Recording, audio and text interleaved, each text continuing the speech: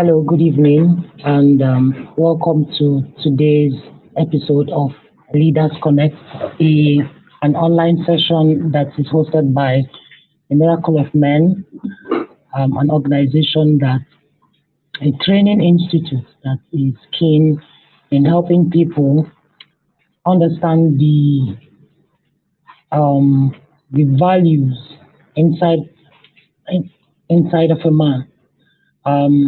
What I mean by that is the Miracle of Man is an organization that helps you to understand man, understand the person called man, so as you can, so as to get and gain access to every value that comes out of a human being. And one of the ways we do this is through um, these Leaders Connect.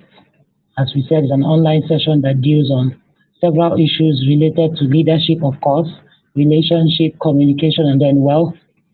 For the last session, we had our beloved Pastor Innocent, who spoke on relationship, how to relate excellently, and then he spoke from the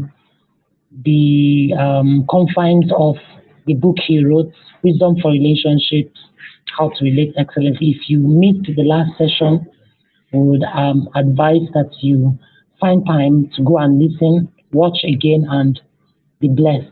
However, today I'm so excited. I have someone who has contributed greatly to the way I speak, my demeanor, and how I relate with people um, when it comes to speaking and communication. So, he's a friend of mine. He's my leader. I've worked with him. I've worked for him. I've spent time. I've watched him for a long time, and I believe that he's someone who has something to say, someone who has something worth listening to say, and that is why we're having him on our show today. And he'll be speaking on his um, his experiences, and then the guiding principles who have that has helped him rather to get to where he currently is as a renowned public speaker. And just for information, he's someone who has over 18 speech awards, not the least of which is District 97 Toastmasters speech competition. He was the winner in 2021, yes, of District 94 Toastmasters. And he's a spoken word poet, he's a writer, he's a public speaker, he's a leader. That I can testify. I've worked under his leadership before, and it was an experience I will never forget in a hurry. Part of the reasons why he's on our show today. If you let me go on, I would continue speaking and speaking about him. Also, he's a barrister. He has been called into bar for a long time now and practicing. So, without further ado, and um, without much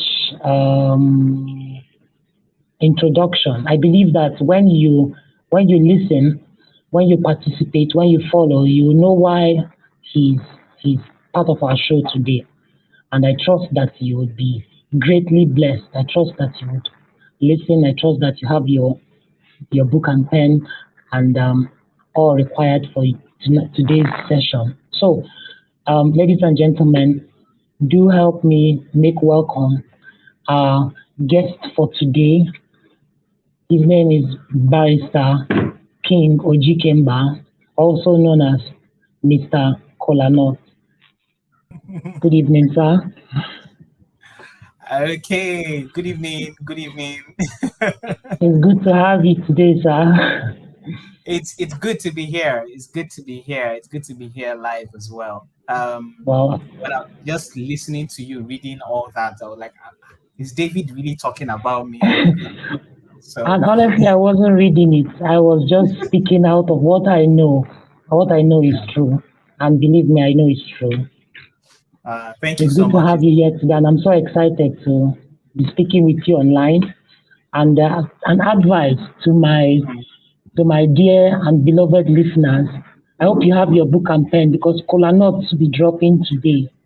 like plenty Kolanut be dropping today. So I think the stage is yours now for now, sir.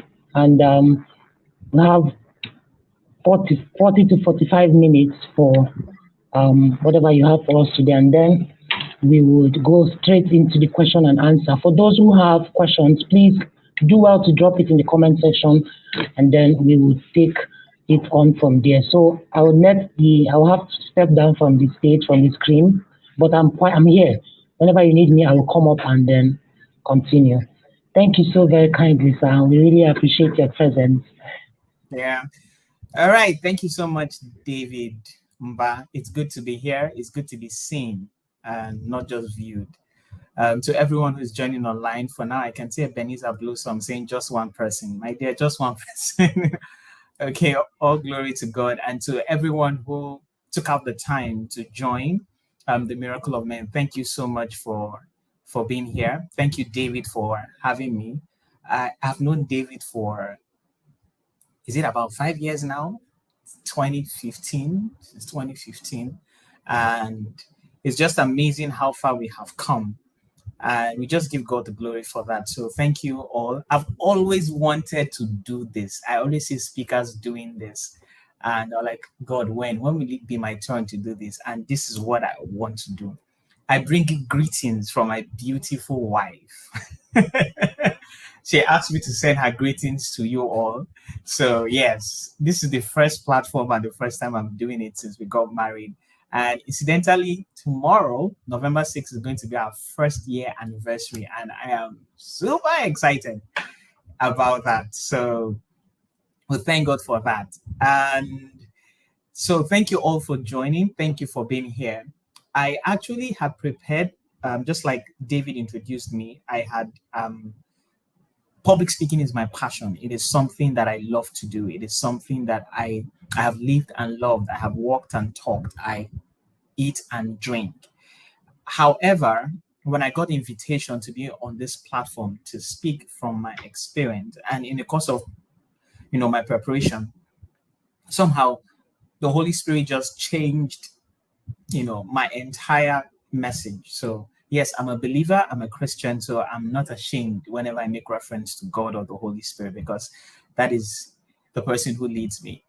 So, and he gave me something different to speak about. And he said, speak about your life lessons, speak about the pain points.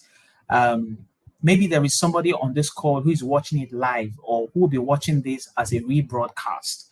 Maybe you're watching it as a rebroadcast, and there might be a story, a lesson, a principle, something that I will share that will be a blessing to you, that probably that will teach you wisdom. So it might not be everything, but there might just be one line or one story or one principle that will get to you. And so in the course of my speech, in the next 40 minutes, I will be speaking. I'll just be telling stories. I'll be sharing my life experiences, especially certain points in my life that had shaped and defined who I am today. So I will just get right into it. So David, if I can have my slides up so that I can just, go straight into it. Thank you, Chineye. And if you're just joining, please just let me know where you're joining us from. You can just drop comment on the chat box. I will be sure to acknowledge you.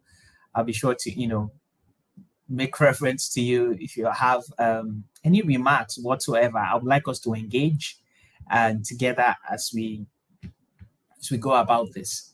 So I'll just be talking about life lessons, the life lessons that I have, that I have experienced, and the things that I have come to know. And that is what I will be, speaking to today. David, if I can have my slides, if it's on the screen, so that I can also speak to it, that would be fantastic. Thank you so much. So, because we have learned so much about life. We have, as we journey through life, there are certain things that we learn. There are certain things that we have.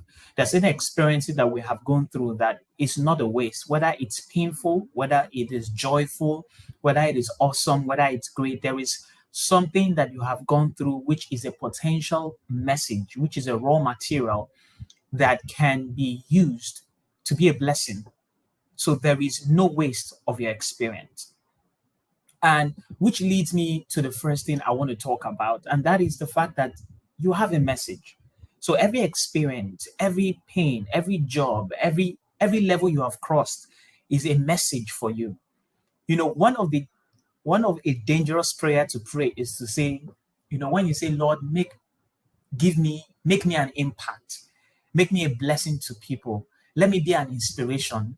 Sometimes for you to inspire people, God will probably give you a mess and turn it into a message. He will take you through certain storms, through certain fire, through certain hurdles, through certain obstacles, that at the end it will become a message. I have a friend who was raped multiple times while she was young before she got married, maybe about 3 or 4 times, and it was a very terrible experience for her. But guess what? Years after, she started an NGO to help people who have gone through that traumatic experience and who are afraid to speak up and who are ashamed, who are being held down by that. So somehow she converted that pain into a message. So maybe for you listening, you have overcome failure, disappointment, obstacle, pain. You have crossed a particular exam, or you have a particular knowledge or skill that can be a blessing, that can turn into a business opportunity, that can turn into a platform, into a skill, into a business, into a company that you can monetize from, or you can start a not-for-profit organization through what you have experienced. So there is nothing that is a waste. God does not waste resources. And guess what? You're not too young to share your message.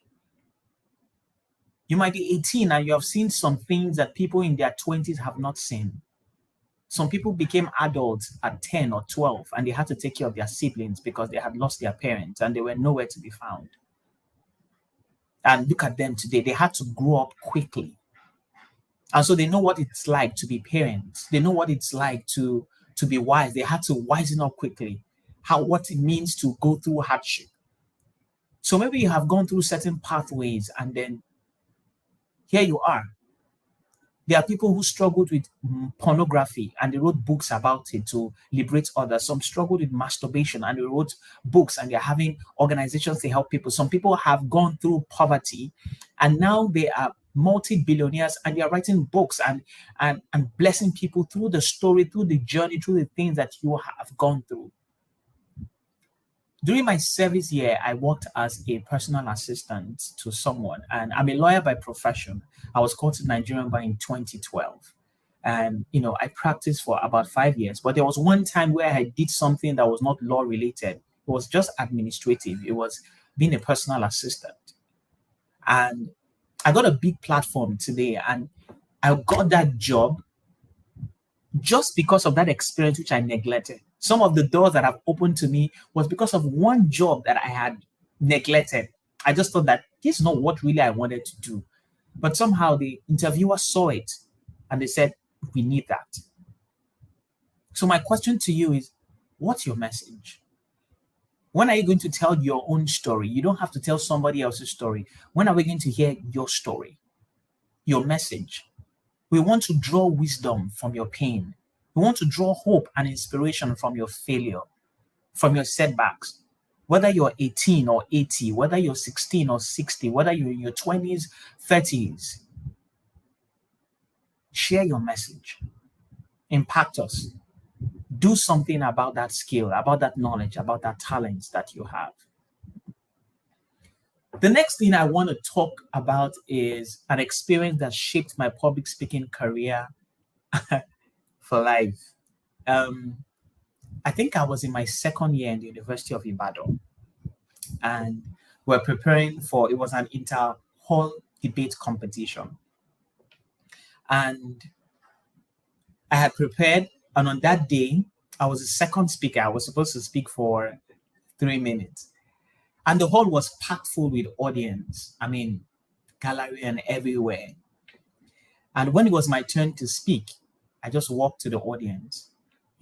I waited until silence worshipped me. Then I started. All things are good, but not all things are expedient. All things are good, but I would not be subject to the control of anything. I said my first line, my second line, my third line again. Boom. I froze. I had forgotten my speech. At that instant, I could see fear and shame dancing in front of me. I was scared. I just forgot my speech. My fingers began to shake, my heart began to race, and nothing was coming. And then the next thing I did was amazing. I turned like a zombie and I went to take my seat. Of course, we lost. At the end of it all, I had friends who were coming to meet me and like, this is why I don't like public speaking. Yeah, sorry, and everything. And then, the tears began to well up. And then somehow I broke away from that, ran to my room and locked myself indoors. And I vowed never to speak again or go close to an audience. I locked in for like 3 days, wallowing in my shame, wallowing in, I just thought that everyone would be laughing at me. I would never speak again. I would never go close to a mic. And then on the third day of staying indoors, a senior colleague of mine walked into my room. I coached them. And he said something that changed my perspective for life. He said 3 things. He said, King, you are just a beginner and you have lots of lessons to learn. He said, if you must get to the mountain top of your public speaking career and last there, then you must be ready to taste the life in the valley. Then the next thing he said blew my mind. He said, don't give up, grow up. Learn the lessons, master the art, and 10 years down the line, you will remember this day and turn this mess into a message. And that's what I did. And I learned the lessons. I began to speak again. And before I got to my final year, I had won like 5 multiple public speaking contests, debate competitions. In my final year, I was already coaching people and setting up an academy, training people in public speaking, how to develop their public speaking skills and all that. In the last decade alone, I have won more than 16 public speaking awards at different stages, 10 from the Toastmasters International, and I'm just getting started. Don't give up, grow up. What if I had given up on that? I had allowed that failure to be in me and said, I can't do this. This is not for me. Grow up. And so maybe that is what somebody listening to me needs to hear. Grow up. Grow up. Don't give up. Don't just throw in the towel and say, because it didn't work, and so I'm not doing this anymore. Grow up. And for you, it may not just be public speaking. Maybe you're quick to give up on a relationship. You're quick to give up on a course. You're quick to give up on a friendship. Whereas you need to grow up. You need to grow up. You need to work on yourself. You need to dust yourself. You need to understand that failure is just a scar. It's not a tattoo. It's an event. It's not who you are. So grow up. You're quick to just get angry. You're quick to end a relationship. Grow up.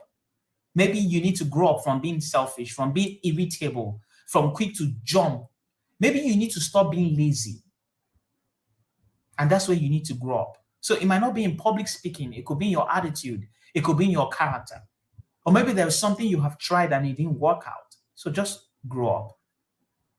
There's a quote by John C. Maxwell. He said, sometimes you win, sometimes you learn, but you never lose. Every master was once a disaster. I love that saying by David T.S. Wood. Every king was once a child. Every building was once a map. So nobody just made it. Nobody just got good. I didn't just become an amazing speaker. I didn't just start this way. I never used to speak this way. I failed. I got booed. I got laughed at. I forgot my speech and froze. But I grew up. I worked at it. Okay? So I want to acknowledge those who are joining us. Emeka and Nathaniel, thank you for joining. My wife is here, Belema, joining from Lagos. Good to have you on the call. So thank you so much for being here on the call. For those two who are joining, I see you. Okay, so the next thing I will share is you are unique. There's something different about you there's something my mom used to say that there is 1001 things that you have that others don't have, and there are 1001 things that they have that you don't need. You're unique, you're special. So be you, be real, be you. That's what I tell my students and my clients in my public speaking career, and my public speaking sessions. You don't have to imitate somebody. You don't have to speak like they speak. You don't have to do it the way they're doing. You can learn something from them, but don't lose your identity. Don't lose your flavor. There's how you speak or how you do things that make you different. There's something that makes you stand out, that makes you different. So I can't be like you. You have a flavor, you have a grace. Maybe we should bring it to movies. There's a way that Genevieve Naje acts that is different from Omotola Jalade Ikende. It's different. I love movies.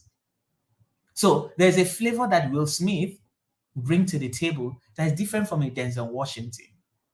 They are all amazing actors, but there's this uniqueness each of them bring. There's just this flavor that they have. So be you. I'll tell you a story about this. Back in university, I went to a school that was big on public speaking, so I was heavily involved in that because it was something I was passionate. So I had a senior colleague, I think he was in 400 level then. So I used to follow his footsteps. I used to admire the way he speaks and the way he does his things. So every time when we have a competition or a debate, there's a way in which he speaks, and there's how he does his hands. And he was so good in speech. I mean, he was always winning competitions, debate contests for the school, for the university, for the faculty, and I wanted to be like him. So every time I would always imitate him. So the way he does his hands, I would just do that when I'm speaking, and the way he gestures, it was just wow.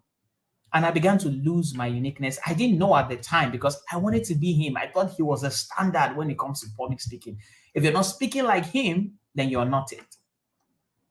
Until one day, a coach, a lecturer in one of my favorite lecturers in university who coaches in public speaking, he heard me speak in a contest and he called me and he said, "King, I can see that you're speaking like Alex. I can see Alex in you." And I was like, no, he said, yeah, there's a style, there's what he does, and then I'm seeing it in you. And then he said, "Do you know that you're better than him? Do you know you have a content that is different? There is something that you have." I was like, why would you say that? Why would you say that? No, no. Do you know who this guy is? And he said, "You are special. I've heard you speak, King, and you are good. You are amazing. So don't lose your uniqueness trying to be like him. Don't. And just be yourself. Learn what you need to learn. But there is this flavor you have. There is this spice you have. There's this proverbs you get to quote. So don't lose it." And guess what? There was a competition that came up, a big competition, and then all the students were eligible to participate. And this guy didn't go to the next level, but I crossed to the next level. Now, this is somebody I was trying to imitate. I was trying to be like, but he didn't make it to the next stage. I did. Because everybody appreciated my uniqueness. So a speaker can speak and they can have an amazing, and people will clap for them. By the time I would tell myself they have not heard King speak, by the time I go up there and speak, they will know that this guy is different. So be you to the full. There is something about you that is different from the next person. There is a flavor you bring to the table. It could be in your voice, it could be in your eyes, it could be in your experience, it could be in your skill. It could be, there's just the way you do things that is unique. That is why you have a different thumbprint. So be you to the full. Be unique. The next thing I would like to speak to is never underestimate any platform or opportunity you have to speak. Never. Never. So it might be something that you always do before. It could be maybe you lead Sunday school, you speak to kids. It's something you do routine. Every Sunday you have to speak to people. Don't underestimate the platform that you don't give in your best. I was invited to speak here. I've been doing this for a long time, for a while, but I had to prepare that I'm going to be speaking here. I had to pray. I had to practice. I need to prepare my slides. It's something I've been doing for over a decade. But it doesn't mean that because I'm speaking to Miracle of Men, I have to underestimate the platform, because I don't know who's going to be listening to me. I don't know who's going to be there that's going to refer me to the next big engagement. I don't know who is there, who's going to mention me somewhere and say, there's this guy you need to bring to your program, King, he's good. Or there's this guy you need to speak to for you. When it comes to public speaking, there's this guy you need to, word of mouth. Or you don't know whose life you're going to change on that platform. It could be on that day that you didn't prepare and you feel that, I don't need to, what do I need to prepare? It's not what I do every day. No. Or I don't think I'm going to speak here. I will speak here. No. Never underestimate any platform. So whether I have 2 people online, I'm still going to speak my best and give it like I have 1,000 people who's going to watch this. So I'm going to prepare like I'm speaking to 1,000 people. So even if I have just David Mba online, or I have just Chineye online, or I have just Eddie online. Hi, Chimobi, I see you. Thank you for joining. Even if I have just you online, I will not underestimate that opportunity. Even if I have 3 people who will be listening, I won't say, no, I'm not going to speak. Maybe if they are like 10 or they are 100. No. It just takes one person to change your life. One. You just need one opportunity. Just one opportunity.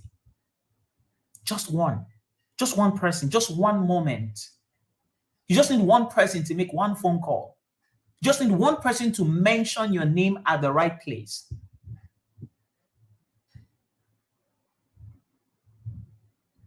Never underestimate any opportunity or platform. Give it your best. You never know whose life you can be touching at that point. So always prepare. Always prepare.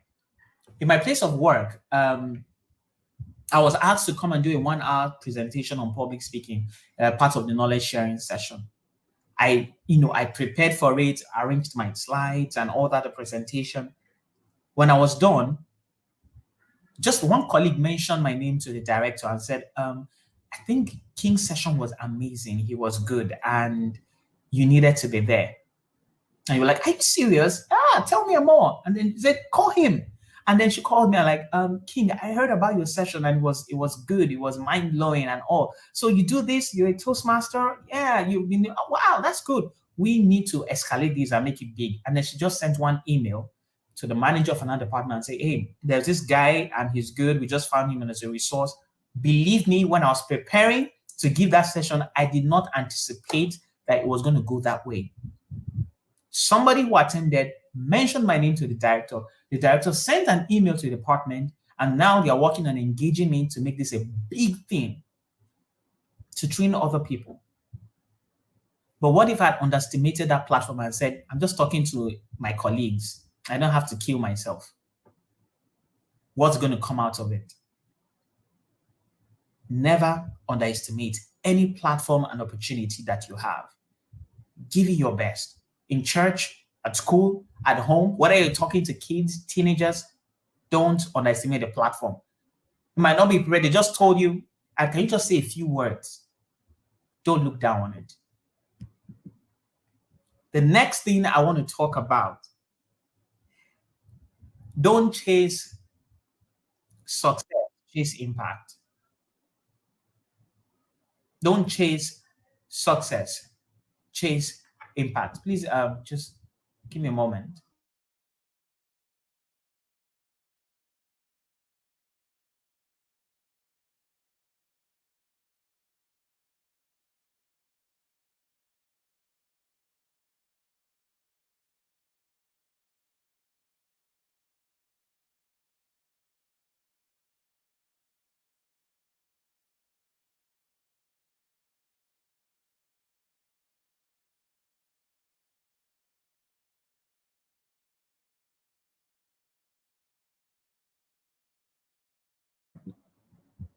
All right, thank you so much.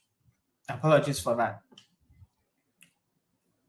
Please let me just know that you're still on the call and you can hear me. I need to see updates if Hi, just if you can just say hi or something. So I knew that I still have one or two persons online who are joining.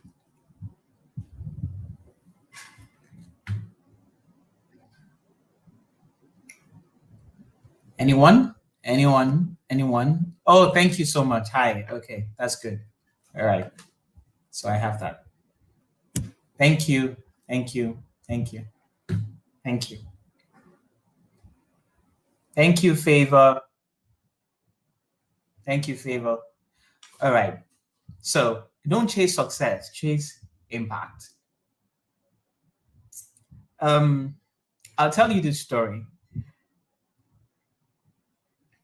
When I got admission into the University of Ibadan, there was something I wrote in my book, and I said that by the time I get to my final year, in every three students of the university, one of them must have heard my name, King Ojikemba, that I was going to be seen, to be known, to be noticed.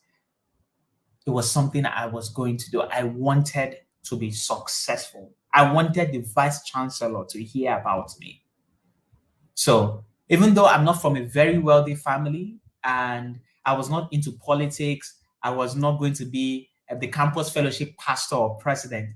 I knew my lane. I discovered that there was the literary and debate society, and I was interested in public speaking. I said, okay, so this public speaking, I am going to be the best somehow. And so, in my third year of fourth year in university, life presented me the opportunity. It was the biggest public speaking contest in university. It was called the Super Bowl. Everyone attends the Super Bowl, from the vice chancellor to the janitor. Everyone. It was a platform to be seen, to be known, to be noticed. So about 500 students, about 500 applied for that competition, and 10 of us made it to the finals. So the top 10, the pictures of the top 10 finalists were pasted all over campus, and instantly I became popular. I mean, if you were in the finalists, the top 10 of that public speaking contest, you're popular already. But at the end of the contest, only one person will be remembered, the champion, the winner. And then I used to quote the words of Walter Hagen. Walter Hagen said, no one remembers who came in second. So for me, second place meant failure. So it's either I win or nothing. So I prepared, practiced, prayed, practiced, prepared. I was going to be the king of Super Bowl. So on that day of the contest, the event was full. We usually host it at the biggest hall in university, Trenchard Hall. Everyone, it was packed. The gallery down. Some people were squatting and sitting along the aisles because everyone attends this competition. And so there was just one person who I saw as my rival. His name is Faye. And so all of us, we started speaking one after the other. So when Faith was done speaking, the ovation was mad. And then I spoke next, and the applause was loud. I spoke like it was going to be my last. And then it became apparent to the audience that this contest would be down to two persons, King and Faith. At the end of the contest, the judge came up to announce the winner. So they announced third place. It wasn't me. Then it came down to second place winner.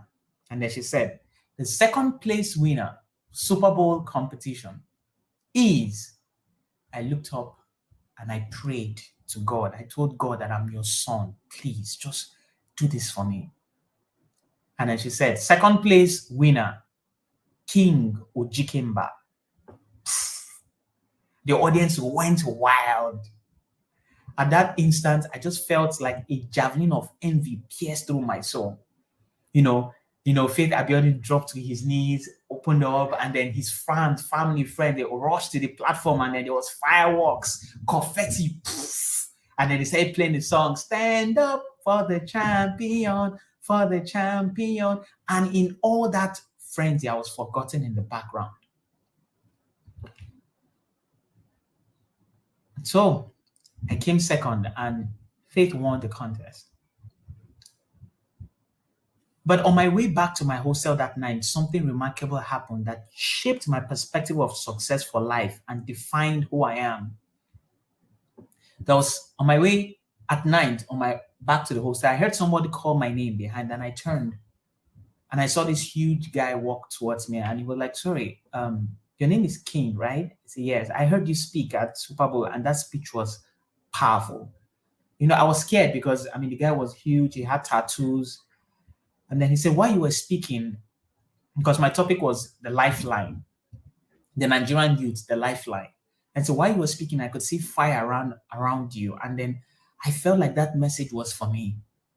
See, I'm a cultist, but after hearing you speak, I've decided to renounce cultism. So I just came to just say thank you. And then he turned and walked away.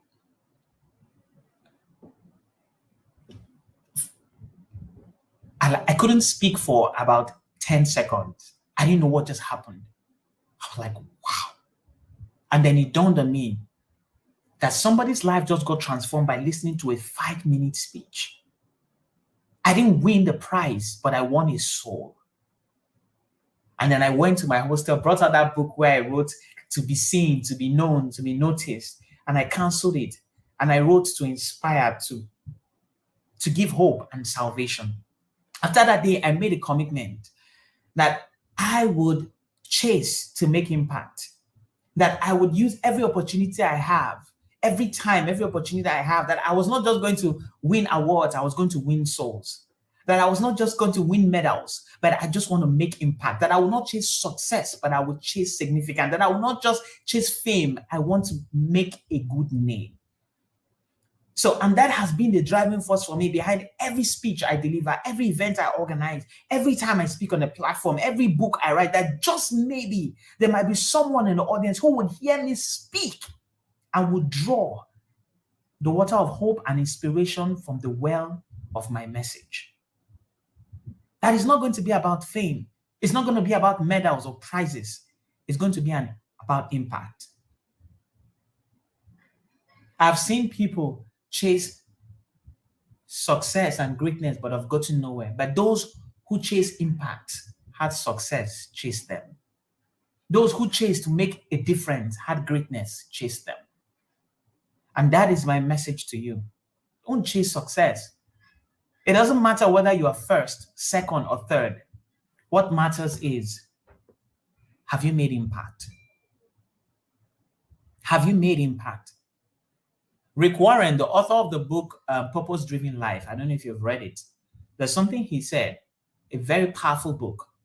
He said, I've been at the bedside of a lot of people at their final moment before they want to pass away. And at that moment, when they are at the edge of crossing over to eternity, at that point, when they're about to die, they don't say, give me my awards, let me see it. I want to touch, give me those things I want. Give me my money, let me touch it before I die. No. At that point, they want to be surrounded by people, not things. At that point, they are thinking about if they have lived a good life, if they had made impact. That's why I see a lot of people who have accumulated so much wealth and they want to give back to society because they realize, I'm not going to take this anymore. Truly, the life I live is for somebody else. On the slides is a picture of Ray Lewis. Maybe you should Google him after this. Just, find out more, read more about Ray Lewis. He's an MVP who has won multiple awards as a middle linebacker in the United States in American football. He's inducted into the Hall of Fame in American football and all that. Fantastic resume. But at the end of it all, this is what he said, that the game will one day fade. I realized that success is one thing, but impact is another. I live to impact. So I can win all this, but if lives are not being touched, if I'm not making impact, it's nothing. If I'm chasing money, I'm more interested in the money than the impact, it's nothing.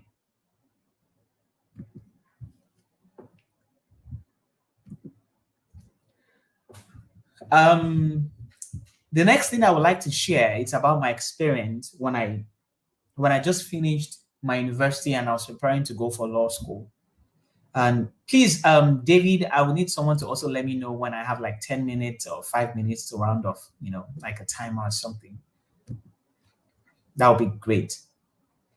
I want to share the story because this story has a lot of lessons, and it's a reminder that God sees me and there's a lot of lessons to learn. Okay, so when I just finished school, university, I didn't have money to go to law school, and my mom practically, raised us, and my father was hardly around. So I would say I was practically raised by my mom. She played the role of both the father and mother in our lives. And so she said, "See, King, we don't have money to send you to law school." I just finished, graduating my final year in the university. And so it was just to go to law school. So we don't have the money right now to send you to law school. And so maybe what would mean that you'll have to work, maybe go for your service and then raise some money and go back to law school. And if I don't go with my set, it would mean that I would lose an opportunity. I can always go back, but my set would now be like my seniors at the bar. And I wanted to go with my set at the time that we're going, but she didn't have the money. And I said, "King, so what are we going to do? We don't have the money, so you just have to work. We have tried the best to train you through the university, but there's nothing we can do." And I told her, "I'm going to go to law school." She said, "How?" I was like, I had faith because I've had my walk with God and I've seen God do amazing things. But this was a time I wanted to put God to the test. I wanted to try to know if he actually sees me or he cares. And I said, I don't know how. I said, "Mom, you don't have to bring money. Dad does not have to bring any money. But somehow I'm going to go to law school with my set. I don't know how." I said, "Okay, I like your faith, but let's see how it goes." And so I proceeded. 6 months to the payment of deadline, money was coming from nowhere. I started telling people about it. I need funds. I began to pray and ask God, show up for me. Throughout, I was just reading all the scriptures that had to do with trust in the Lord. The arm of flesh will fail you. God will always come through. The thoughts I have towards you, they are thought of peace. I was internalizing all those scriptures and money was not coming. So sometimes I would have some people who would give me money, maybe 10,000, 5,000, this is what I can support. But I needed close to 250,000 naira just to pay my fees. Then not to talk of having a laptop, my books and everything, but just to pay the fees was close to 500,000 naira. And the money was not coming. I couldn't afford it. It wasn't showing up. And so when people were giving me 10,000, 5,000, I would sow it back. And when I go to church, I would just put in the envelope and say, "Father, I'm sowing this as a seed. This is not what I want. This is not my school fees. I'll put it back in the offering bag." And then, sometimes my mom would look at me and like, "Are you crazy? We don't even have food to eat. And people are giving you money. You are giving it back to church." I don't understand. But, sometimes the principles you have practiced and have worked for you may not make sense to your family, may not make sense to people close to you. There are certain work that God has taken to you, your own pathway, and you have seen. It may not make sense to others. Like, you're not giving me the money, so don't complain about it. I am going to trust God. I don't know how the money was going to come. A month to the payment deadline, nothing. The money was not there. I don't know how it was going to happen. 2 weeks to the payment of the deadline. I got a call from my friend, my close friend, and we're like, "King, what's up?" I was like, "Man, I've not gotten the money yet. I don't know what's going to happen and all that." And then I decided, okay, just come over to law school. And I'm like, "Fine, I'll just come. Let me just see what law school looks like. I'm tired. I've been staying at home. My classmates, they were already resuming school. Some have resumed. They've paid their fees. They've started and all that. They were just settling in." And I said, "Okay, I'm just going to pack my bags, pack a few things, and I'll travel to Abuja." So I was just traveling there. I just want to see what law school looks like and then just be there. And then by the time I get there and the payment deadline finishes and nothing happens, I would know that God failed me or didn't want me to be there. I would just go back. I said, "Father, I'm going to law school, so you can embarrass me and bring me back in shame." Then I would go and work.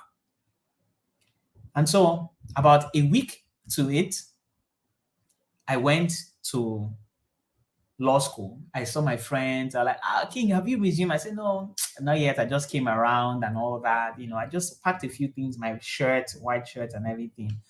And then I went to law school, saw them, stayed for a while there. So on the day of the payment deadline, the day the deadline was supposed to end, I was in my friend's room, and then he walked in, and then he gave me a paper. Then I opened the paper and I saw my name, King, Ojikemba, 200 and 50,000 naira law school fees. It was a receipt. I didn't know what I didn't know what to do. I was like, I don't understand. He said, King, you're not going back to Port Harcourt. We have paid your fees, so you're resuming school. You're not going back. I was like, I don't understand. Like, what? How? And then that's what he told me. He said, some of my classmates, they had to pull some funds, and a lecturer as well in my school, in my unit, and they thought about it that no, King can't come, he can't stay back. So we need to do something. He needs to also be in school. And so all the while I was praying, all the while I was sowing seeds and saying, I don't want this, all the while I was trusting God, I had no idea that God was working behind the scenes and people were doing things for me. And that people were pulling funds. Some people gave 50,000, 100,000, 20,000 to pull funds and to say, this guy has to be with us in law school and he's not going. I don't know how. Honestly, I don't even know the number of other people who gave. Some people even gave me a laptop. Somebody gave me a laptop and said, you can use it. At the end of law school, some people, they told me, King, don't bother paying us back. We have sorted it out, enjoy, just don't think about it and everything. On November 2020, November 20, 2012, I was called to the Nigerian bar. So I'm 10 years at the bar. And when I was wearing my wig and gown, I was in tears. My mom was shocked. Like, how did this happen? And God came through. So today, whether I pray for a car and it doesn't come, when I'm asking God for a breakthrough and it doesn't happen, but every time I look at my wig and gown, it tells me that there is a God, that God sees me. It stands as a memorial that He's there. He never failed. At just the nick of time, He showed up. So I don't know who is on this call and he's trusting God for something, and then you're wondering how is it going to happen. There are so many lessons to learn in that story.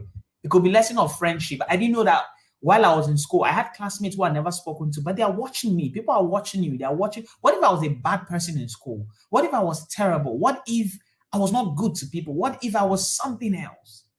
Who would show up for me? Who would? What if? Now, what if I stayed and I did not take the step of leaving the house and say, I'm going to law school to see what's going to happen? What if I just focus on praying and giving, and then I stay home and I'm waiting for the money to drop? But there was a point where I stood up and said, I'm going there. I don't know what's going to happen, but I'm going to show up there. And then whatever I see, I'm going to take it. But I'm going to keep trusting to the last minute. And He showed up. And then also, what is your memorial? What has God done for you that maybe you're so quick to forget? Maybe you're quick to forget how you passed your WAEC. You're quick to forget how He paid your school fees. You're quick to forget how He healed you. You're quick to forget some things, and you just feel that God doesn't exist. You think you're living by your own chance. You're quick to forget certain things that happened to you, and then you are no longer grateful. And then you have lost it. And now that's my story. That's how God came through for me. That's how people came through for me. That's the power of relationship. That's the power of trusting in God. That's the power of practicing certain principles. That's the power of staying on the word. That's the power of, till now, my mom didn't understand because she was the one discouraging me. But I said, no, I'm going to test this thing out. Now I have my own story. I have my own testimony. Now, when I say, God, give me a message, this is the message. There are some people who write songs from a place of pain. Most of the songs or the books that have sold out were written from places of pain, from people's stories, from people's experience. Most of the most powerful messages you will give in this life will probably come out of your deepest hurts.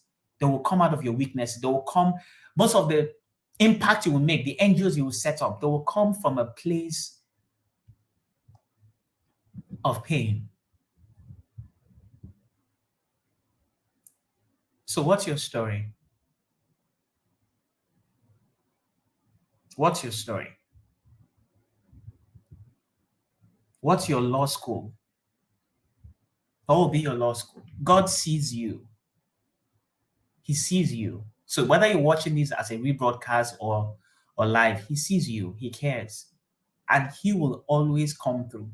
Now, this will strengthen you because when you go through that season, it boosts your faith in God. It strengthens you. There's nothing that you will tell me that will ever make me disbelieve God, that will make me doubt or second guess, whether it happens or not, because I've seen it happen before. So I have my own testimony. I have my own Ebenezer. And I can tell you a lot of messages about that. I can tell you testimonies upon testimonies of how God showed up. So I know I came here to speak about public speaking, but I just thought I should share my life lessons and the journeys that I have gone through. And I have 10 minutes, and this is where I would like to tell somebody who has been playing it safe, who is afraid of taking risk, who always want to be so sure of things before they make a move. There's some people that just want to be so sure and they're playing it safe and they miss out opportunities because they want to play it safe. Safe is risky. Let me tell you a story. I think I have like less than 5 minutes and then I'll be done. This is where I'm going to end. I've always loved to act. I've always loved movies. Even though I'm a lawyer by training, I love to act. I love dramas and everything. And so I always go for auditions back then. I don't go now, but while I was in university, in secondary school, wherever there was an audition, I would go for it and all. And so one time, it was in 2012. I just finished my Barr exams. So I was waiting for the result to be announced. And I saw this movie advert, Next Movie Star Africa 2012. And this was a platform that had produced a lot of Nollywood and Ghanaian movie stars, Uti Nwachukwu, Tonto Dike, Tamara Etemo. It was a platform that had boosted a lot of people to the limelight, Ghanaians and Nigerians in the movie industry. And I was excited. The registration fee, the audition fee was 5,000 naira. I withdrew my last 5,000 naira and I ran and I registered for the audition. I aced every stage of the audition until I made it to the house as one of the next housemates. You can Google it after this speech. Just check Next Movie Star Africa 2012, King Ojikemba. You probably see me there. I was very young there with my picture. So I made it to the house. I was one of the housemates. I was so interested. This was a platform to stardom.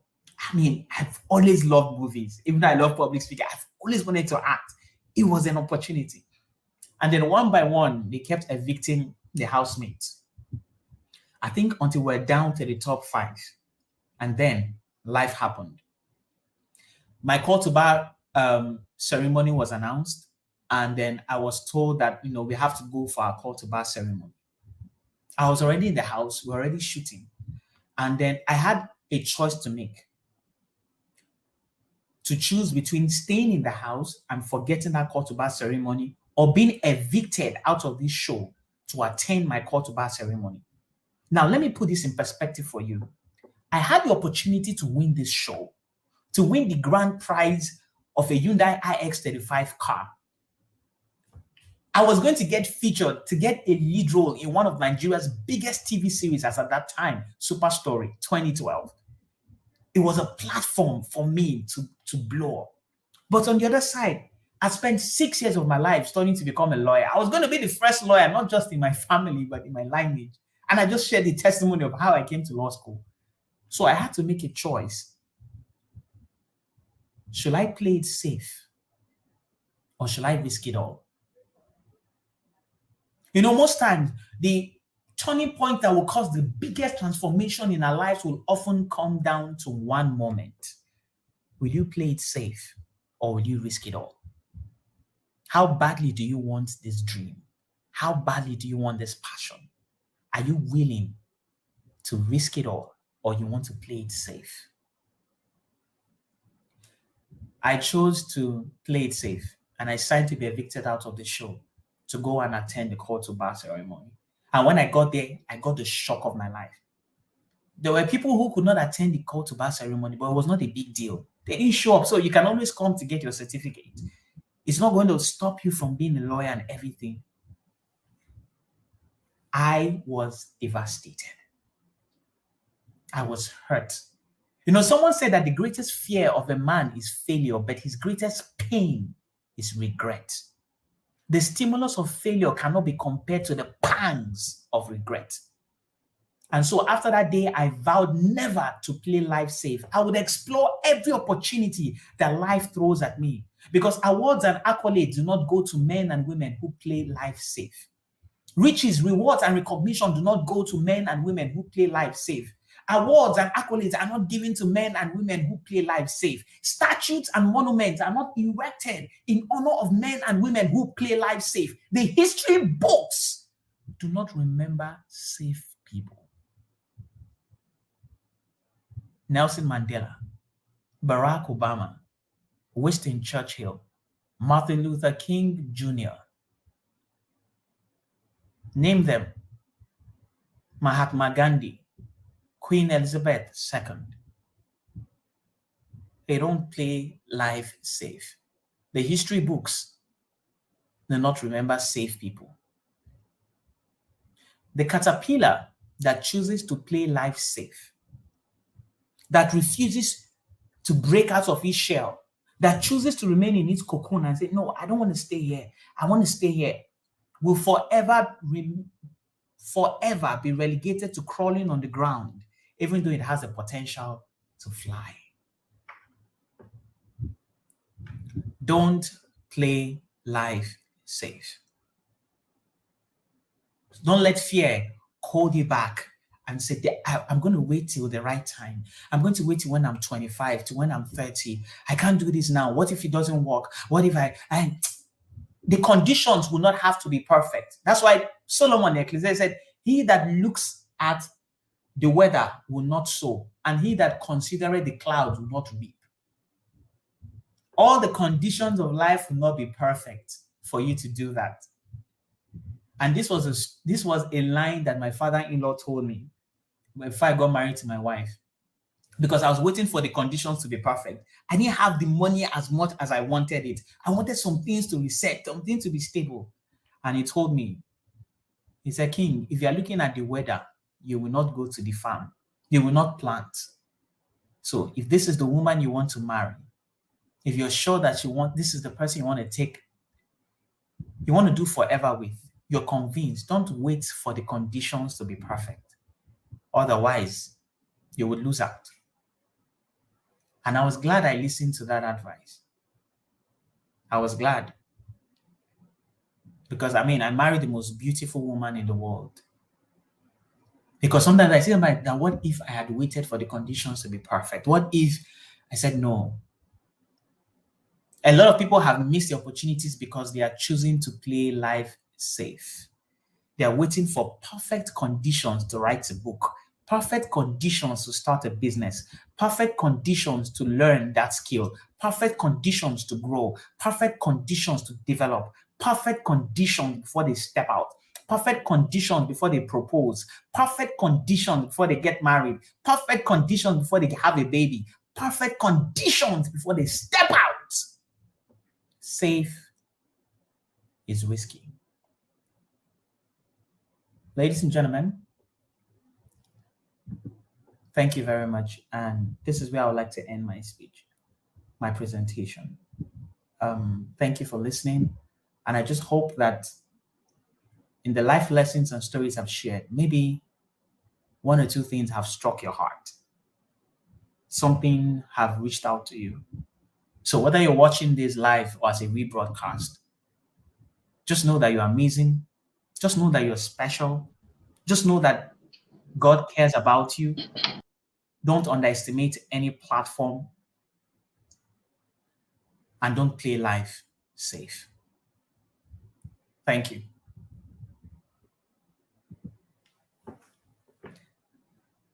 Over to you, Mr. David. Oh my, like I'm sweating already inside. The I wouldn't want to lose um this heat I've gotten, if I will use that word. Thank you. Thank you so very much, sir. We really appreciate this. Sincerely, I this last part of your conversation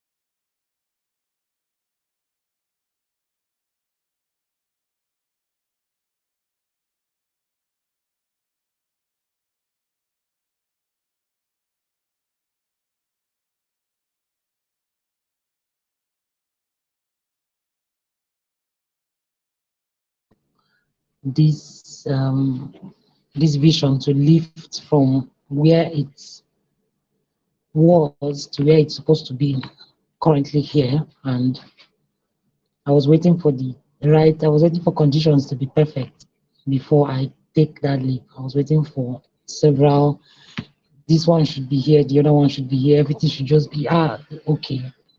But I had to learn it that even the point came when I was looking at some persons people who I look up to. The point came, I told myself that they didn't start where they are currently. They started somewhere. So if I wait to be like to get to where they are before I start, then I would most probably not start, because as I keep growing, they keep growing. So I decided that no, I would just have to go forth. I would just have to start. I would just have to to begin. So thank you so very much. I am eternally indebted to these kind words and these powerful words you just spoke. And I'm very careful to use my words. I mean it from the depths of my heart. And I'm very sure our listeners would be, their inner person will be set on fire currently. I could understand how Blossom, Emeka, and your beautiful wife, I would love to say hello to you, Ma, and then um, David, I could understand how they will be feeling currently, because this is it's I was expecting just Kolanut, but I got Kolanut with fire. This one is hot. Some God people on the call knows. don't know what cola nuts mean, or David. So if you are saying cola nuts, Oh, oh, thank you. Thank you for some bringing it people to my don't know what. notice. Can I give you like 2 minutes to explain what Kolanut is to us, so that they would know exactly what I mean when I say Kolanut. All right. So I'm also known as Mr. Kolanut, and I'm currently writing a book Yeah. on that. And Kolanut Wow. is a figure of speech. It's like a metaphor for wisdom. I got that Wow. from also, I'm Igbo, and then also in other parts of Nigeria. It depends on where you're watching this from. If you're watching from abroad, in the Okay. south, the Yorubas and the Igbos, usually at very important occasions, maybe at a wedding or dedication or very important ceremonies, they usually break kola nuts. And then the kola nut Yeah. is accompanied with blessings and prayers and proverbs. Proverbs are spoken, and that if you've read the book by Chinua Achebe, Things Fall Apart, he said, "He Yeah. that brings kola nut brings life." So Yeah. usually kola nut is also used to entertain visitors or guests or marriage introduction, to welcome them before other. And so when kola nut is broken, it's followed with wisdom, proverbs, and blessings. So it's synonymous for wisdom. So it represents punchline, insights, rema. You hear Punchlines. rema. So when someone is saying, that's a Kolanut, it's like saying that's a weapon. That is something powerful. That is, yeah. So that's what Kolanut, and I love punchlines and insight and words of wisdom. So that's why I go by the name Kolanut, and that's why we're talking about Kolanut. All right. You see, When Ebenezer did is you? asking, "Is what's Kolanut?" Can you see? Oh, I'm sorry, Ebenezer. So sorry about that. So let me ask, for my official question of Okay. the interview. When Yeah. did you? When did you? Um, I know you spoke about you have a passion for public speaking and all, but when did you realize that okay, this is what I want to be make a part of my life? That is reaching out to people through spoken words, through the power of your words. I don't know if the question is clear Yeah. enough. Yeah. I realized that early in my university. I think from my third year. So Third because year. before I got into university, I've always been involved in debate competition from church. I had a bit of deeper life experience. If you have gone to Deeper Life Bible Church, there's this youth camp we always go for. And so we always do debates in my secondary school and in my university. And then a friend of mine started an academy and said, King, I would like you to also come and teach based on, you have won awards, you're just winning competitions up and down. So you might want to share your experience and everything. So most of the things I teach is not from what I've read, but from what I've experienced. Because you can read books, but you cannot read experience. So That's that's what I true. tell people. So at that point, I just realized that, this is something. So from school, we started training people and, we're making money from it. And then, so even when I'm doing law, sometimes I volunteer or I go to secondary schools, I teach them. During my service year, my personal CDS project was to organize a public speaking contest. And the winners, I trained the students of that school, throughout for like a month or 2 months. So I've for a long time from my university, I've always known that, man, this is a big deal. And then I now started doing different versions, spoken words, I write. So outside public speaking, I love poetry. So I love words, I love lines. And then so for a long time, I've always known that this was it for me. And as a matter of fact, if I Oh, may add, most of the doors that have opened for me, at a point I sat down and asked myself, all the monies I have made, the millions I have gotten, the access I've gotten, most of them had come from public speaking and spoken words. I said, okay, I might as well be doing this too as well on the side. all right. Wow. So it has been, I think that must be more than 10 decades ago because you were called into Bar 2012, and that should be Yeah, like a yeah. few years before that. Before, Wow. yes, yes. That means we should give you like 2 week session to give us a rundown of all the cola notes you've picked on the way. Wow, thank you. Thank you so very much. And just because of time, I want to go to the next question, which is how do you communicate silence in such a way that the person who you are, um, this is one of the questions that was registered during the um, registration process, and someone asks, how do you communicate silence in such a way that the message will be passed across, and then the person who receives the message wouldn't take it as or wouldn't feel weird using the person's words. He says, how can silence be attended to? Sorry, how can silence be attended to as a way of communication to a specific matter, and the receiver doesn't act weird or sad? I think what the person is asking is, how do you communicate a point through silence in such a way that the person will understand it and then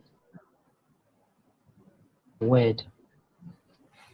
Okay, how to respond to that question is, even when you're not speaking, you're communicating. I'm sure that's the reason why the person has a question. And so Yeah, if you don't see anything, some people might take it somehow or may think that you're being disrespectful or you're being rude. But the truth is, yeah, silence cannot be misconstrued. They can only be misunderstood. I cannot quote Cannot something be you did not. misconstrued. Yeah, so I cannot misquote your silence. I can only misunderstand. Okay. So if Like, if how I, do it's you when you mean? say something, I can misquote, I can turn your words, but I don't know why you're silent. So sometimes it's even better that you don't even understand my silence than for you to take my words and twist it and give it to me somehow and say some things I did not say. Or you say, this is why did you say this? So it's better that you're misunderstood than your silence is misconstrued. So if you don't want to say something, you might as well just, keep quiet, or you can say, I would rather not speak right now. It depends on the Yeah. context.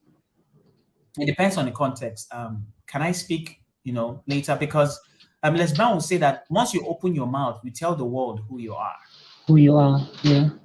And then Proverbs says that even a fool, when he keeps quiet, is thought to be wise, that a fool gives full vent to his words, but the wise man holds his words back till afterwards. So if you don't have anything to say at that point, or you're not sure of your facts, you're not sure of the details, and you don't want to assume, it's better you just hold on and like, I don't have any words for now. And when I Okay. do, So I what you will get mean back. is we should always make it clear in Yes, just make it like, clear. this is why I'm Just make it silent. clear. Yes, and again, All it right. depends on the context. So there is no general rule to this. It depends if you're keeping quiet to your wife. It depends if your dad is talking to you somehow and then you don't want to respond and you're just keeping quiet.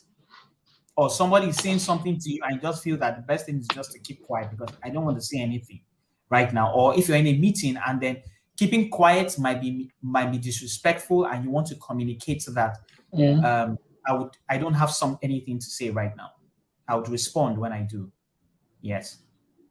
All right. So, to the person who asked the question, so make sure you always communicate the reason for your silence before going blank, because most times, as the speaker said, um, you can't misconstrue. Is it misconstrue my silence? But you can only misunderstand it. Misunderstand. So, Yes, yes, make exactly. sure the person understands why you are silent. So, moving on to the next question, I would love to ask.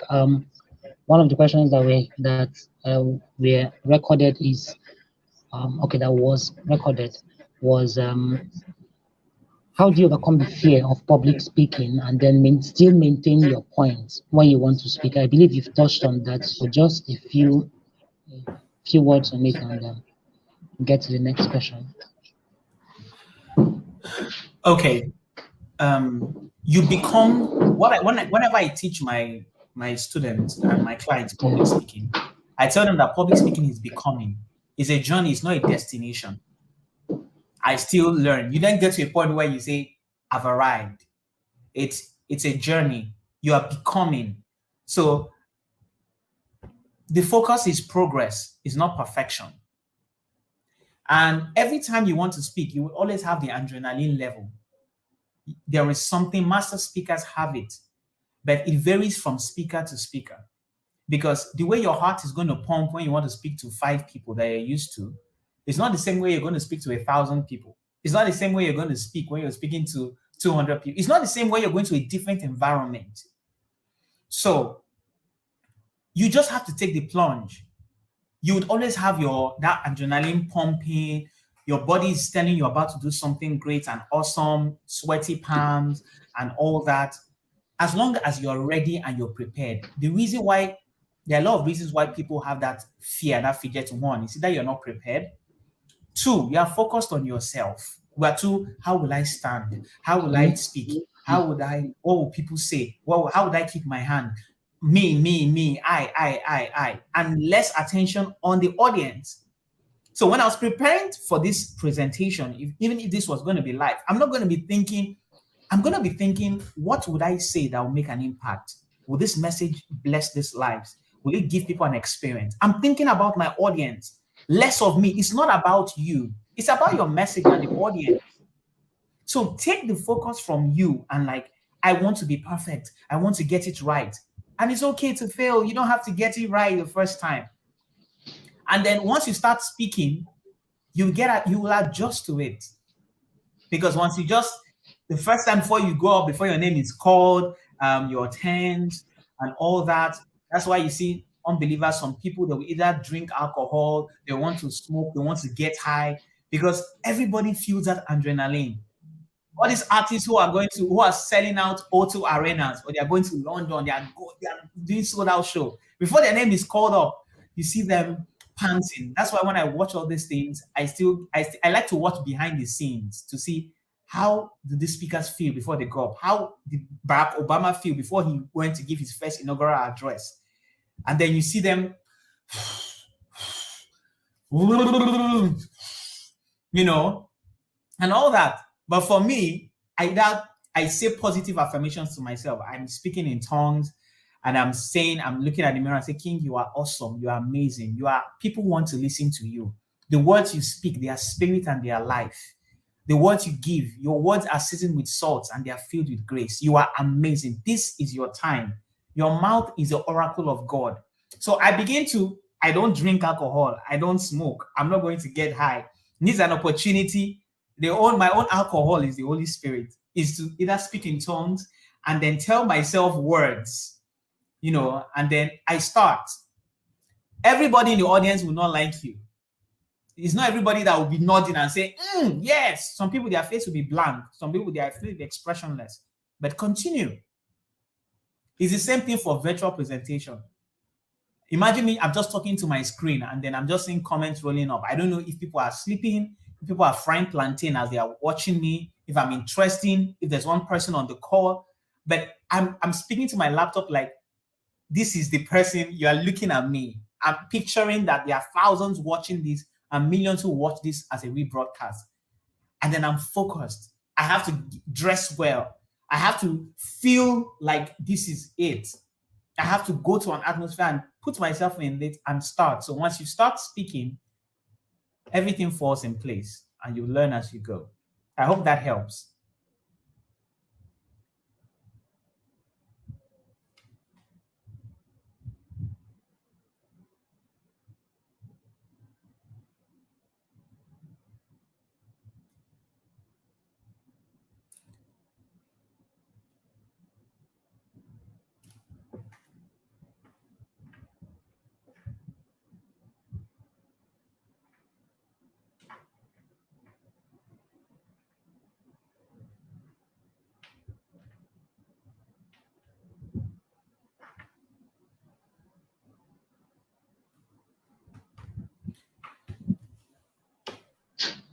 Oh, I'm so sorry. I think my mic was muted. Yeah, Sorry about that. So I was saying that for the want of time, I'll move to the second but last question, which is how do you communicate with someone who is at a different pace with you?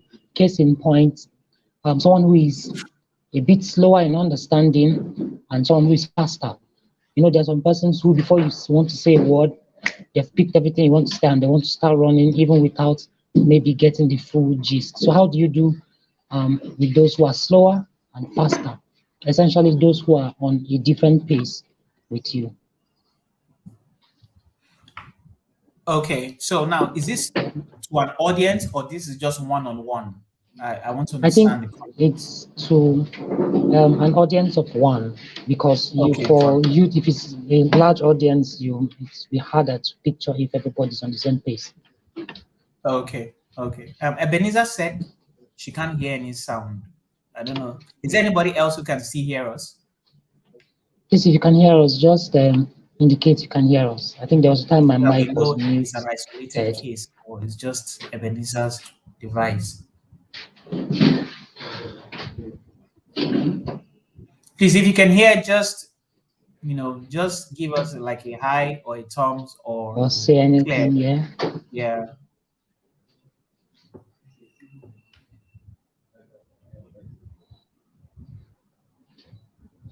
Oh, okay. Thank you. Hi, Daniel James. It's good to have you. Thank you. Wow. I see you. I see you too, Daniel James, Pastor Dan. It's an honor to have you here. All right. So, like I said, it's not about you. Always know your audience, whether it's an audience of 10 or an audience of 1. Always know who you're going to be speaking to, who you are going to, their understanding, their level, because it's going to be selfish if you're speaking and then this person is not assimilating well. It means there's no communication. So if you have a particular understanding and rate of speaking, and then you are passing a message to another person who is slower, you have to come down to their level because you want them to get the message. So the message is important and your feedback, response is good. So if I know I'm going to be speaking to this person whose understanding is different from mine, whose level of assimilation is a bit slower, so maybe I want to tone down. I want to come down to their level and always get feedback. I'm like, okay, I don't know, do you follow? Would you want me to take it again? This is the message I pass across. Do you have questions? Are you open for, is there anything you would like me to clarify? Okay, so would you mind repeating what I've said so that I understand that you got the picture? So I ask all these questions. I come to their level. I want to know my audience. I want to ensure that the message is passed at their level and that they give me the feedback that they understand. So I don't just throw the message and I don't care and say, that is selfish. That is a bit disrespectful. It means you don't care about your message and you don't even care about the listener, and that's a bit insensitive.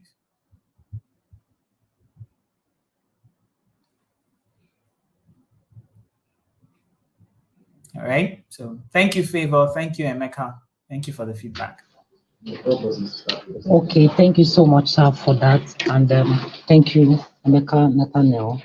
So, for our last question, which we always keep for last, and because we believe it's an interesting and a profound answer we'll get from every speaker.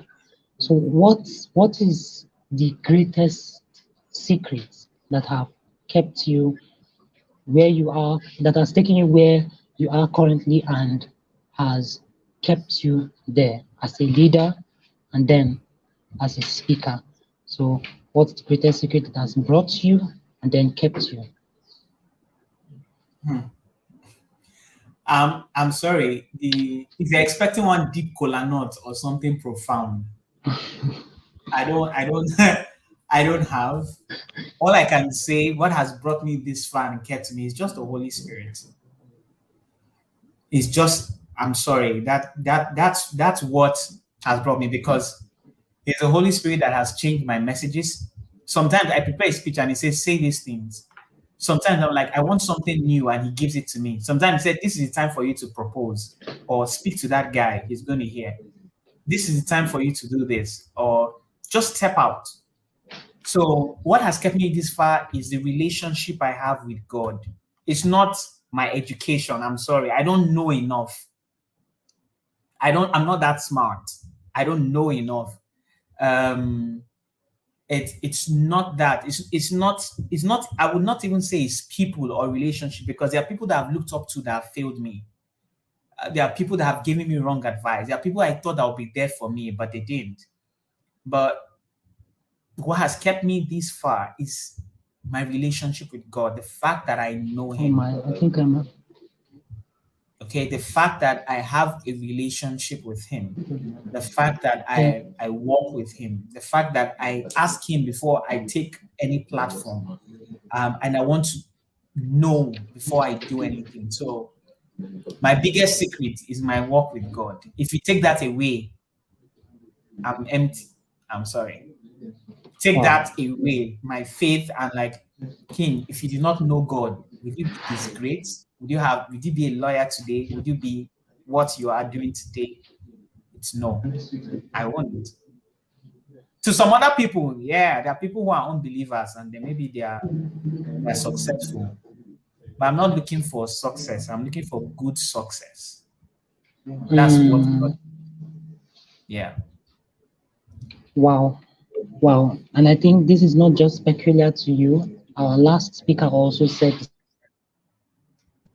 that his greatest secret is his relationship and his walk with God, because at the center of it is Him that matters. Everything we have was given to us by Him. So it's something that each and every one of us has to take cognizance of. That just like for me personally, I have a statement that I hold dearly. It is God first and constant, man next and constant. To all our listeners who may not have an opportunity or may not have had Mm. that personal relationship with God, we would advise that you do so in as a matter of urgency, because we all know that as it stands now, we all need God, we all need Him. So thank you so very kindly, sir, for these profound words you've spoken to us, and we do not take any word for granted. Believe me, as I go home, as we finish now, and I go back home, I'm going to download this video and watch it over and over again, because sitting on stage, sometimes you may not pick everything that was gotten, but even the few I got has put me at the edge of my seat. Like, and imagine if I go back to watch and rewatch again. So I would advise our listeners also take out time. There's what Bible says: faith comes by hearing and hearing. So it's not just once; it's hearing and hearing. So take out time, watch again. Um, it's online. It's You can get it at any point in time you feel like. Watch it again. Take out your notes, write, and listen carefully. I believe that this message was not just um, drafted for fun or drafted for fame, because Yeah. just what your last statement was, you are not chasing success but Mm. good success Impact. Yeah. and Yeah. impact. So having that impact is something that each and every one of us has to look into. So our advice: watch again, share to your friends, our dear listeners, share to your friends, and listen again. So I would want to do just I promised those who, during the publicity, I said okay, I was going to do a video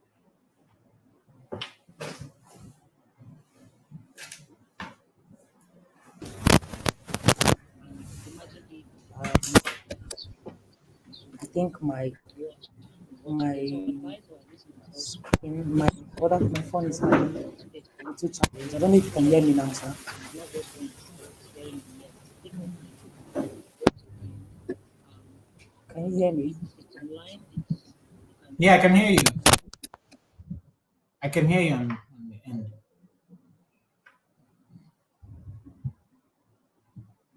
I can't hear you again. You need to unmute.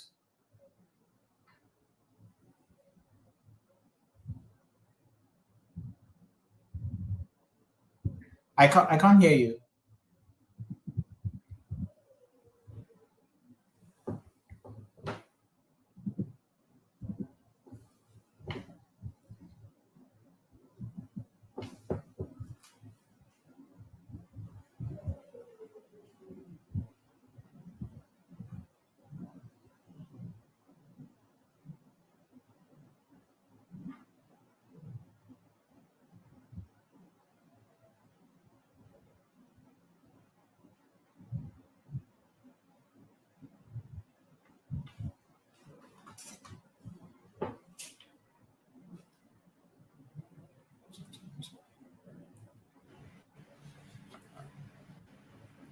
Hello, sir.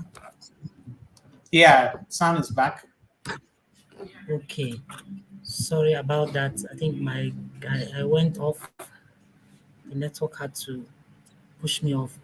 Sorry about that.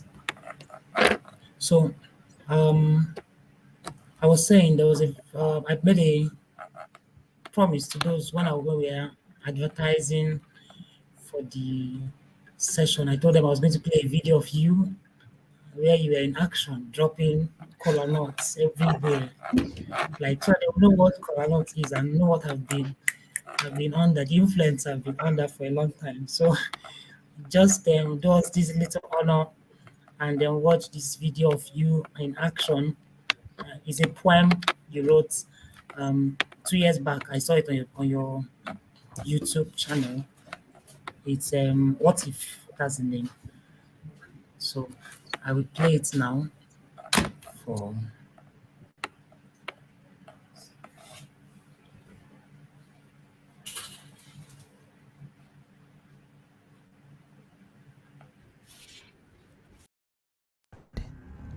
You call it being timid, or I don't want to look stupid.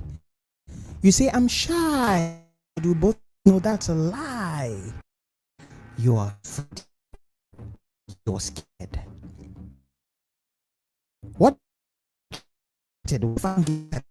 what if no, what if there are others like me? What if I fail? What if I pick the tail?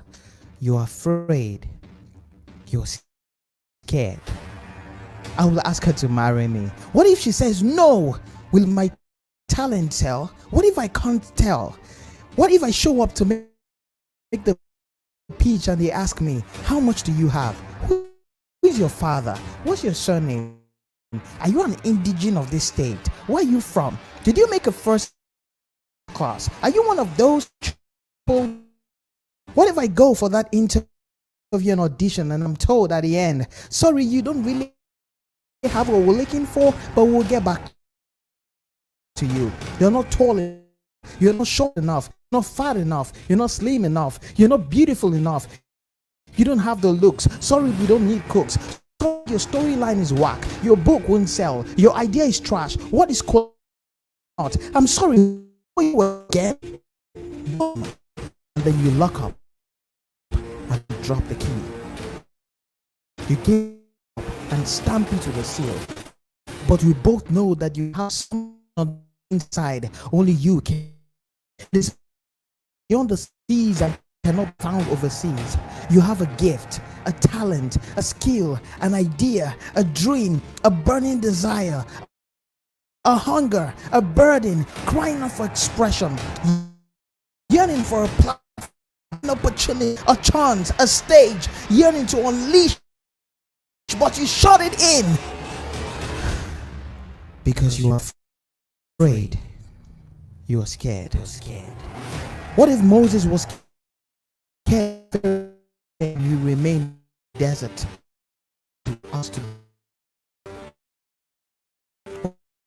What if Joseph was scared? He wouldn't preach Pharaoh's dreams right, and he didn't show up when he was summoned.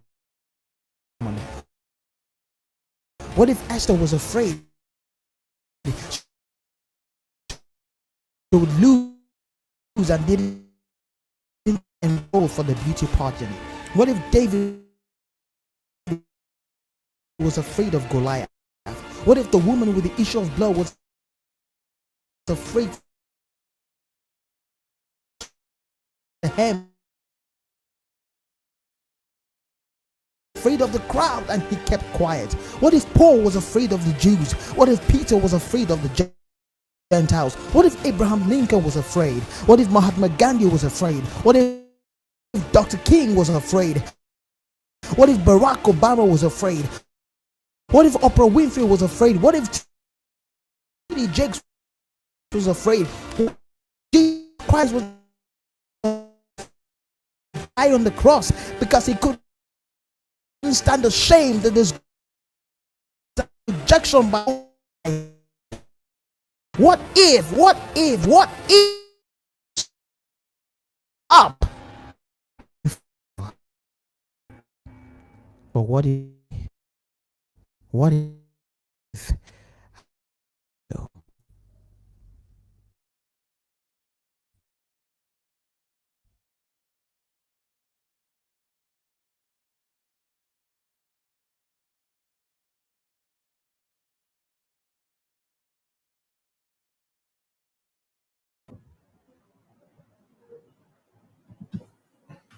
David, you're muted. I can't hear you. I think you need to check. Okay, can you hear me now, sir? Yes, better.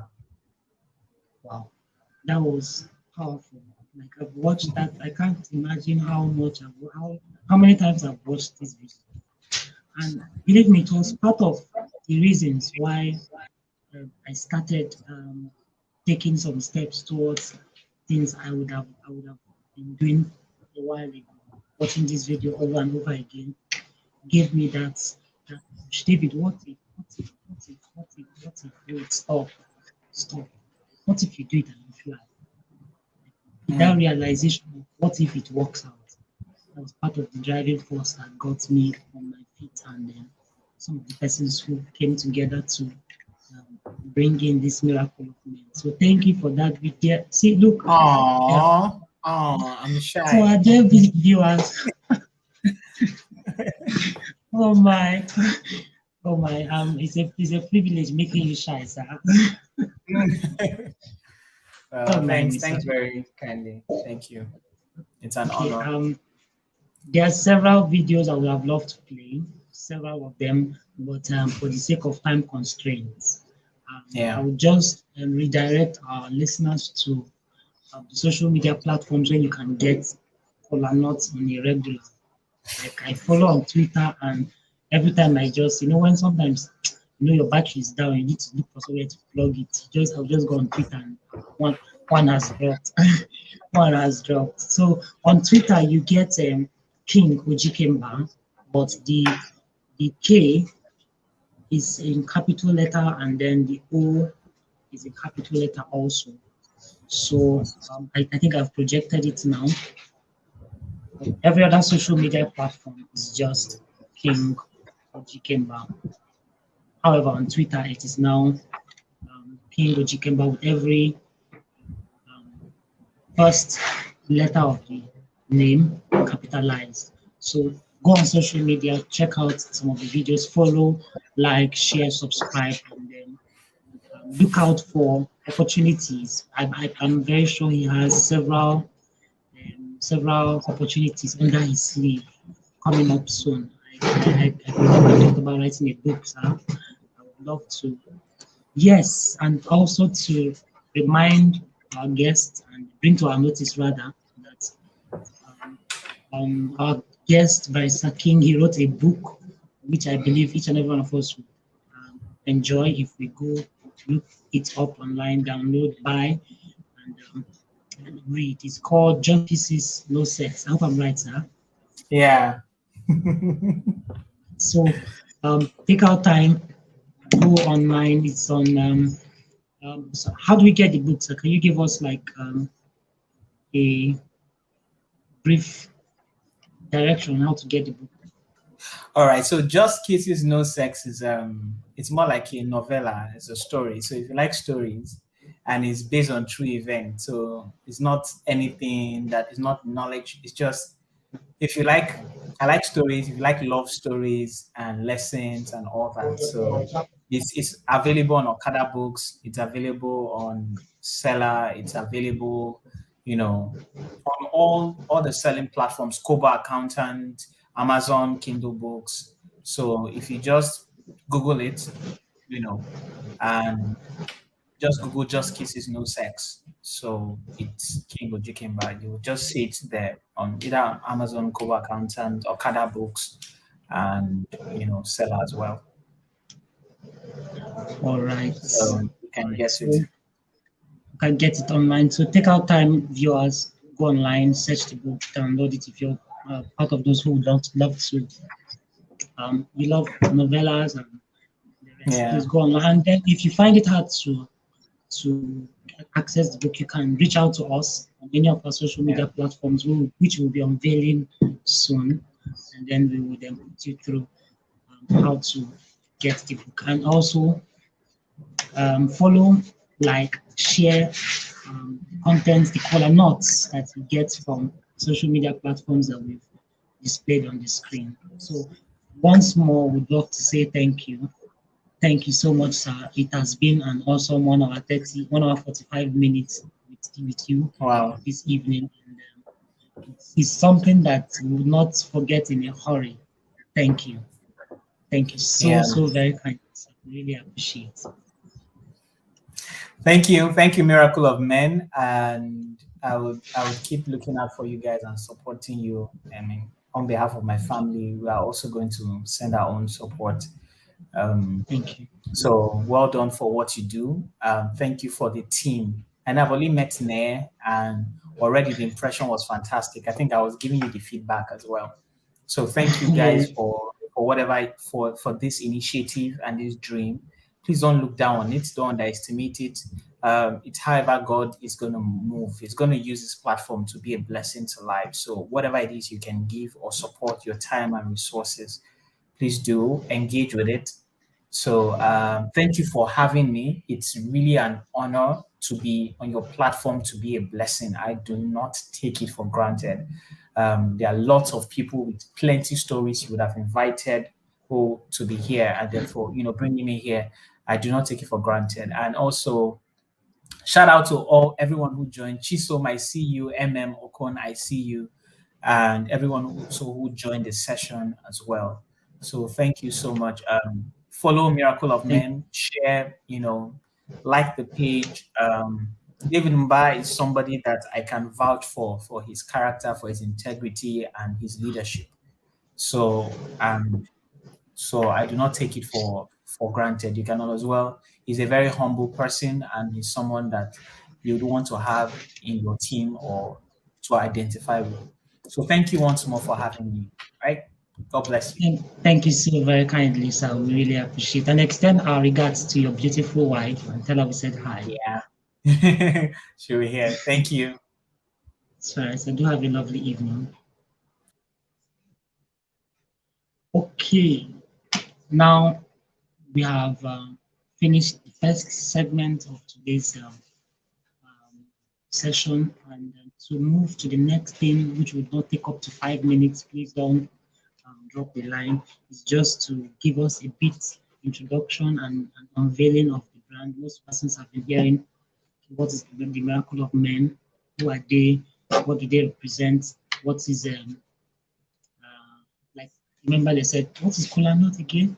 Now we're asking who and what is the Miracle of Men. So I will just be putting up a slide now that shows um, a brief introduction. It won't take up to 5 minutes, just give us your time and we'll be done. So, the Miracle of Men brand unveiling. Basically, there are several misconceptions that I've heard from people who I've shared the vision with and have seen it without me asking. They'll be like, okay, what is Miracle of Men? And one of the misconceptions, which I would love to correct, so who we are not, is first of all, we are not a religious organization. We are not a church. We are not a prayer house. We are not a deliverance center. We are not a religious organization. Though the individuals involved may be religious, but the organization itself is not a religious organization. Then, secondly, um, another misconception that needs to be corrected is we are not gender specific. You know the name, first of all, miracle. Like, okay, miracle is a church, it's something that you fall under the anointing and heal the sick and raise the dead. No, that is not who we are. And then men, miracle of men, people think is a men's a gender specific kind of stereotype. Sorry, it's just for male. Yeah, sorry about that. So it's not just for male. There's no gender specific stereotype to it. It is men as per the species, the race, the being, both man and woman. Both of them have men in them. So they're not gender specific. Rather, we are open to the both sexes. And then secondly, we are not an NGO. That is, we're not we are a we are not a non-governmental. What am I saying? Sorry, we are not governmental. Like, we are not any political organization or affiliated to any government at all. We are just an organization, and also we are not a not-for-profit organization. It's not a charity. This is not a charity show where um, we do things for free. However, we may have had this session today for free, and you must have enjoyed the color notes and the hot lines.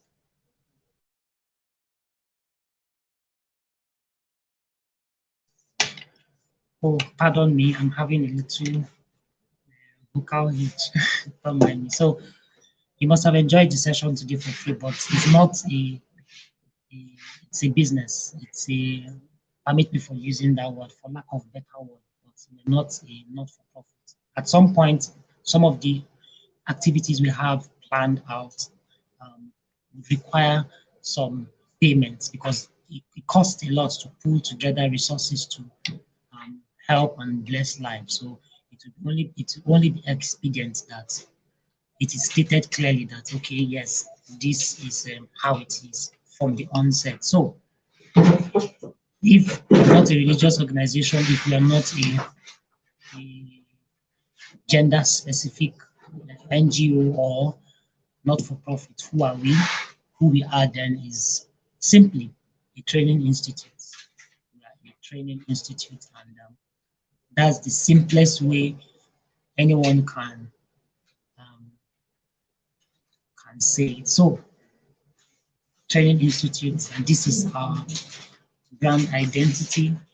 This is the face. This is the view. This is the whatever it is, the identity of the Miracle of Men. If you see the logo, it has two circles which represent two persons, and then their hands joining together, holding the other person's shoulder, and then a shield that governs or covers them with a star in between that represents wisdom. So just simply put, we help to um, train people, help people, teach people, or coach people on how best to relate with both themselves and then with others.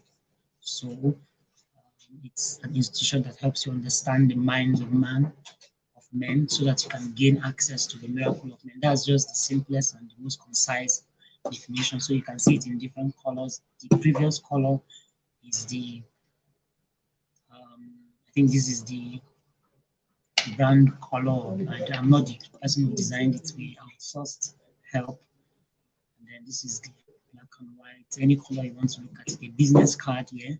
So written there is it says the Miracle of Men is an organization that helps you to understand the minds of men so that you can gain access to the miracle of men. Simple, short, and concise.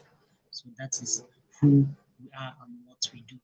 So how we do this is in four pillars. I call them the four pillars of the miracle of men.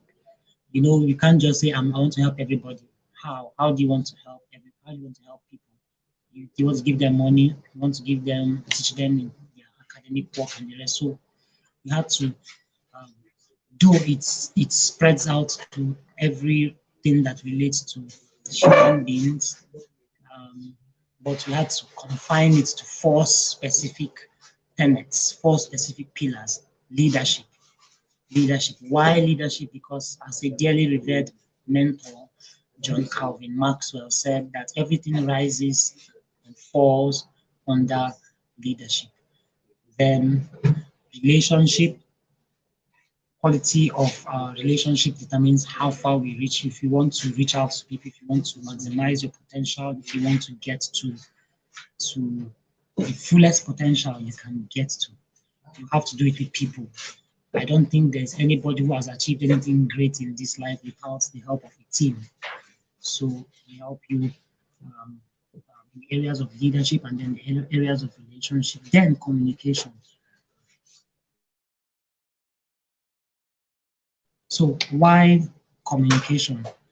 Why communication is because without the vehicle of effective, open, and honest communication, good intentions are just useless. So you can have good intentions, you can want to help people, but you can't. It's just like saying you are trying to give somebody 1,000 naira, and he has he speaks French and you speak Russian, and the two languages are different. So you can't help the person effectively without being able to communicate. So we help you work out consistently, consciously, and maybe um, effectively in the gym of communication so that you can better communicate with others. So lastly, wealth. Wealth because a poor man's wisdom is despised. Wealth not necessarily just financial, but wealth in terms of the fact that whatever whatever resource needed for the fulfillment, whatever resource needed for the um, realization and actualization of your potentials will be there. So we'll give you guiding principles on how to go about it. So enough about that, and let's go to the last section. It talks about the different um, programs we've organized, what we've done in the past. So as I said, we are not a not-for-profit. So the first one we had was how to get people to value what you sell, services you render, and then things you represent. It was a business class on how to sell, marketing class, and it was a paid class then. So the next one we also did was Leaders Connect, the first one where we had our beloved Pastor Innocent, the pastor of Province of Grace Ministries International. He talked on human relationship, practical human relationship issues based on the um, the proceeds from his book he wrote. So if you have not read the book, it's called Wisdom for Relationships: How to Relate Excellently. And the session is also online. You can view the video. It's there. Like, share, comment, but make sure you view and learn from it. The goal is for you to be helped much more than you liking, sharing, commenting, or subscribing. Well, please don't forget to subscribe. So this is the one we had today, our Leaders Connect. We had Ojikemba and then our brand unveiling. So, yes, you may ask, is it only one picture I have? No, it's not one picture. I have just one cut. I have just one cut, and if you'd love to me to change it, please buy this for me, and buy this shirt for me. Yes, this shirt, and I will really, really appreciate it if you buy it. I will wear it and take pictures, and don't mind me. Don't mind me. I will get from next one. You will see me looking sharp. Those. All right. So this is just part of the brand unveiling, and we're working on something like this at some point. So what we have next, we have several things packed up. Several things. For instance, we have a a leadership campaign coming up next month.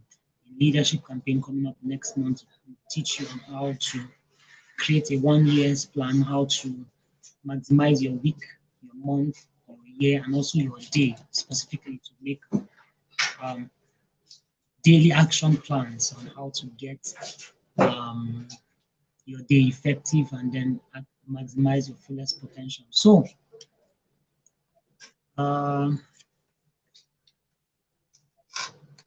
that class is going to have several guest speakers. We're going to invite several people who will talk with us and teach us several things. And then yours truly would also speak on matters that relate to time management, time maximization, and then time mastery.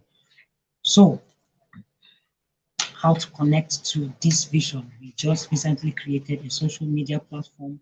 Sorry, we created several social media platforms um, for those who want to connect with this vision, and the platforms you can see them there.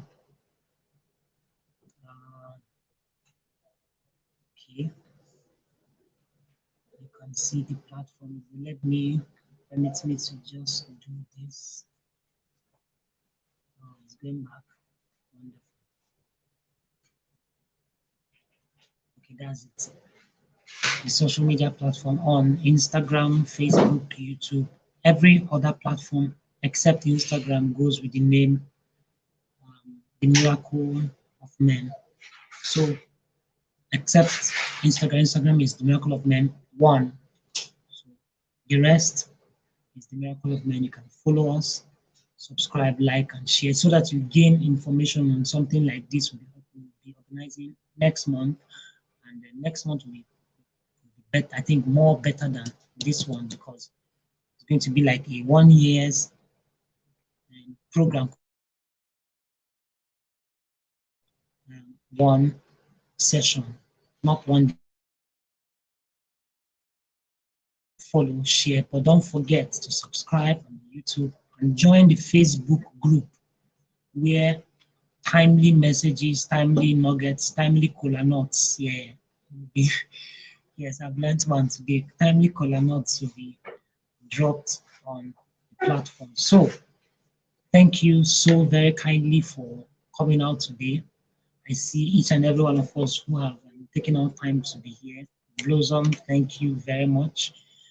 Chisom, I see you. I see you. Emeka Nathaniel, Favor. Wow, you guys are the real MVPs. I love you guys from the depths of my heart. And I say thank you for coming out today. And see you next time. Don't forget, for you to gain access to the programs we have lined up for you, you should connect with us, connect with the vision, and connect with the social media platforms so that you can see and follow. Once again, I would love to say thank you to our speaker, Barrister King Ojikemba, Mr. Kolanut, and everyone who has participated here today. One of the instructions that was given was take out time to watch again, rewatch, listen to what he said again and again, and be helped. Take action steps. Don't wait for all the conditions to be perfect before you take out steps and then do what you're supposed to do. So have a great day, and thank you very much for coming out today. See you in our December edition of what we have for you. Have a great day. Ciao.